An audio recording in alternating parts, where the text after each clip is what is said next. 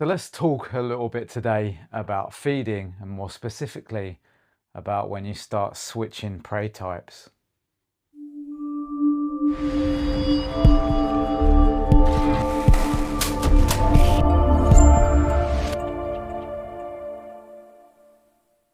Hey guys, it's Rich from Predator BP, and this channel is all about the hobbyist keeping and breeding of ball pythons and following me along on my journey in this hobby. So guys, I want to talk to you today about feeding again. It's a big focused topic when it comes to ball pythons, right? And I just documenting my journey and the things that I see as I go along. So if you've been with the channel a while, you might know that I switched to feeding multis. So before I had sort of built the new collection up, I was feeding rats, and then I switched over to multis, and I've been feeding multis for about 3 months. And I really wanted to do, a little bit of a study and see how the snakes responded to the prey, what their toilet habits were, because you can tell a lot from how often they go into the toilet and is it healthy or is it runny and things like that, to see kind of maybe what benefits the snake more, also body condition of the snake, etc, etc. So I was doing a little trial. So for 3 months they were all feeding on multis. Now last night I did feeding and I actually switched the adults to rats. Now with the rats I was buying small rats and I could get a bit more value for money. They were a bit cheaper and a bit bigger. And through talking to lots of people, some people love multis and some people say no, rats are great, and actually rats have more calories and they're going to be better for your snakes, particularly if females, in breeding season. But then there's the other argument that, multis are more leaner, etc, etc, right? But the best thing to do is to go out and try things for yourself and see what happens with your snakes. So last night, anyway, I fed rats to the adults, not to the younger snakes. They're still on multis. I got some great feeding responses in the room. But let's take a look at a few of those snakes now that are currently digesting and just talk about some of the behaviours that I actually saw. Okay, let's start off with this beautiful female right here. Isn't she amazing? This reduced pattern clown that I got from Joe Tully. And we've been building her up. Joe built her back up quite a bit from when she laid last year, and then I've been continuing to build her up now to get ready to pair her next season.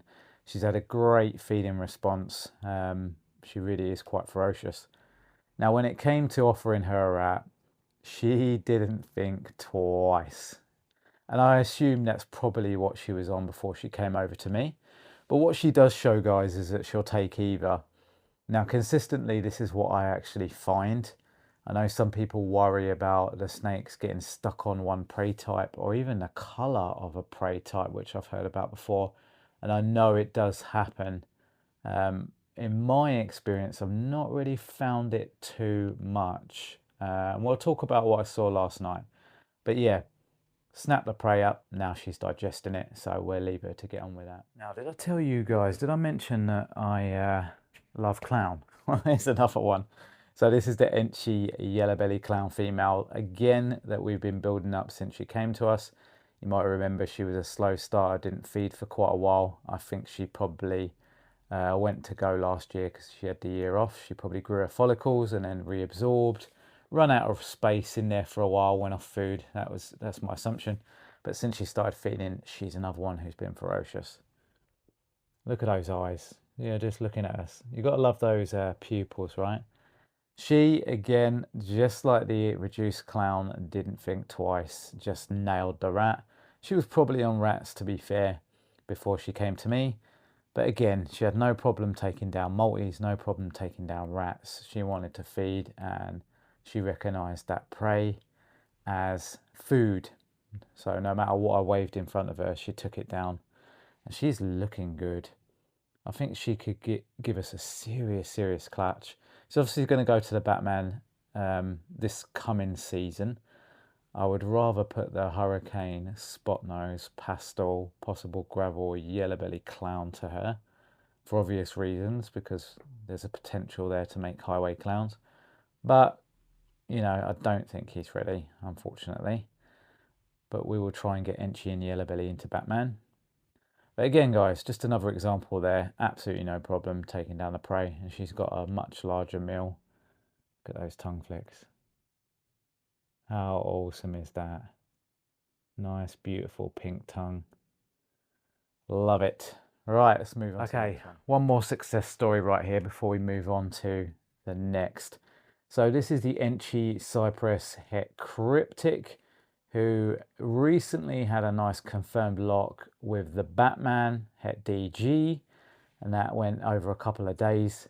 By the way, side note on him, you might remember from my last video I said that he missed his meal after locking with this girl. Well, he was back on track last night, looking for food, and took down his prey. So that didn't last long, which was great because I really want to utilise him this coming season. I want him to be feeding so he doesn't lose too much weight, stays nice and healthy. Well, suffice to say, she took down the prey within seconds as well. So I think she was also on rats before she came to me. Switched her to multis for 3 months. She took down the multis, switched her back to rats. She's taking down the rats. But we will see, like I talked about, whether this helps her put on more weight. She's a bit of a longer and leaner female compared to the other two you've just looked at. She's already bred. She's already produced clutches. But it'll be interesting to see with the larger prey if she can put on a bit more body size, because they lose so much after they lay. I'm still building up my 2 females that have laid for me. They still look quite deflated even after a number of weeks.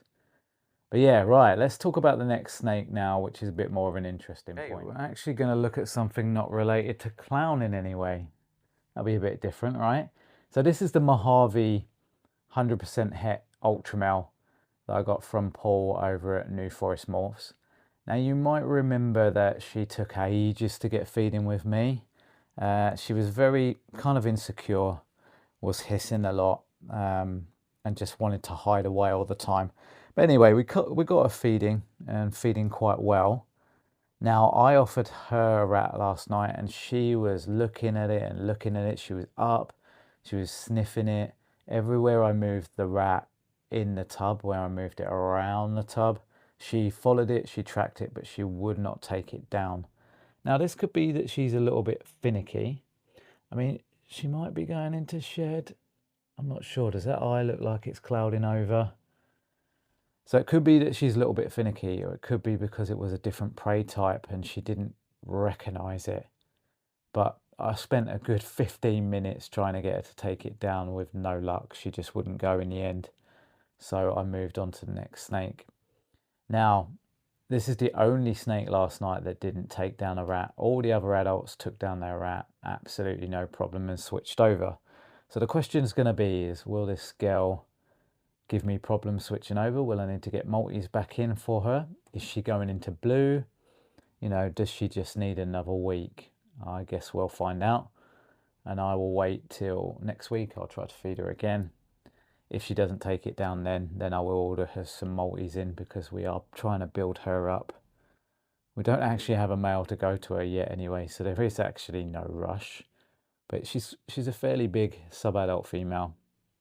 Absolutely stunning, beautiful. I mean, can you imagine Mojave and Ultra Male is just awesome. But it'd be nice to have a male to go to her to add some other genes in there too. I'd love to get Leopard into Ultra Male, to be honest. I love Leopard. But guys, I'll update you further. Let's talk about now like what you can do. There are some tricks to the trade, some old school tricks when getting these animals to switch prey. So as you can see, guys, from just running through some of those snakes there, all the adults took down the rat bar that one, that Mojave 100% Het Ultra Male. And I've got to work out now whether she just wasn't in the mood, whether she's being a bit finicky, or whether it was the prey type that's thrown her off. So we'll give her another week to see if she gets a bit more hungry, and then I'll try offering another rat. If that doesn't work, I'll order the multis, get them back in, and then feed her on the multis, and I'll just get some multis for her, because I don't want to stop what we started with her since we got her feeding. She's been feeding every week without fail. So it's a bit of a risk switching over when I've got a snake like that I know has been a bit finicky in the past, but I needed to try it because I need to try what's best for the animals. You know, with rats in general. Like I say, they're a bit cheaper, and we know that money's tight for everybody nowadays, right? With the cost of living, you have to factor that in. But also you get more. They're generally larger, you know, and generally buying really large Maltese can get quite expensive. I mean, none of it's cheap. Anyway, not now. But it's something to bear in mind. Now, when we talk about tricks to the trade, there are things you can do, like you could get a multi, for example, and rub it all over the rat and really try and get some of the scent onto the rat before you then offer it to the snake. So the idea is that the snake smells the multi, takes down the prey, and then generally once you get them to eat a different prey type, then they'll eat it every week. And we know that different prey types can get different snakes to respond to feeding, you know, whether it's rice, definitely not rice, mice, rats, Maltese, you know, you can switch it around. The other thing is just stick to feeding at the right times, you know, feeding really, really late at night, making sure it's really dark in the room and stuff like that. Making sure you warm up the prey thoroughly. I just have a cup of hot water and I dip the head in for 10 seconds. I pull the rodent out, dry it, I feel it with my hand to make sure it's not too hot, and then I offer it to the snake. And that's been what I've done now for years. It's been very successful. But I just wanted to document this, guys, and going forward on the videos, I'll talk about what I see from the snakes going forward that are switching over to rats. You know, is it better for them than the Maltese? I don't know, I've got to play around with it. I certainly played around with it 3 years ago when I was in the hobby, and I ended up feeding kind of a mixture of both, to be honest. I think sometimes I was feeding Maltese, sometimes I was feeding rats, sometimes I'd use mice here and there for the younger snakes, but tend not to use mice for too long because they're probably the less nutritious or less substance to them than any of the rodents. But feeding is always something that's going to be quite focused on, particularly with ball pythons, because we know they can be more finicky than other snakes, like the boa, for example.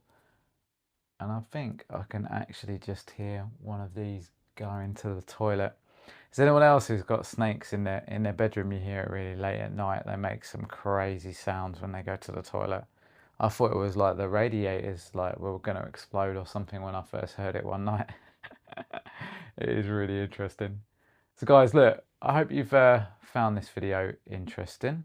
Let me know your experiences. What are you feeding your snakes? What have you found when switching prey? Have you found anything that works there? Have you had any trouble? Have you had success? Jump down in the comments and let us know.